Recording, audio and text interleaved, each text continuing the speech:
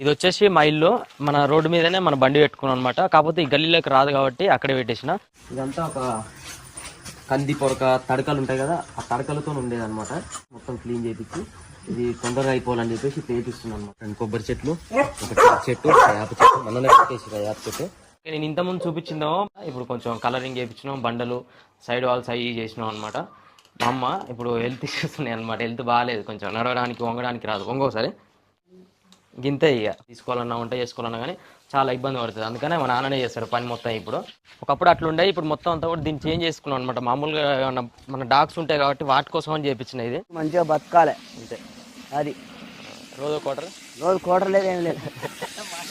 Thums Up, రోజు ఒక Thums Up. First ఆట కొన్నా, మా అన్నకు నేర్పిన, మా అన్న నేర్పినాక శిశువులు నేర్పినాక చిత్రలింగే నేర్పిన.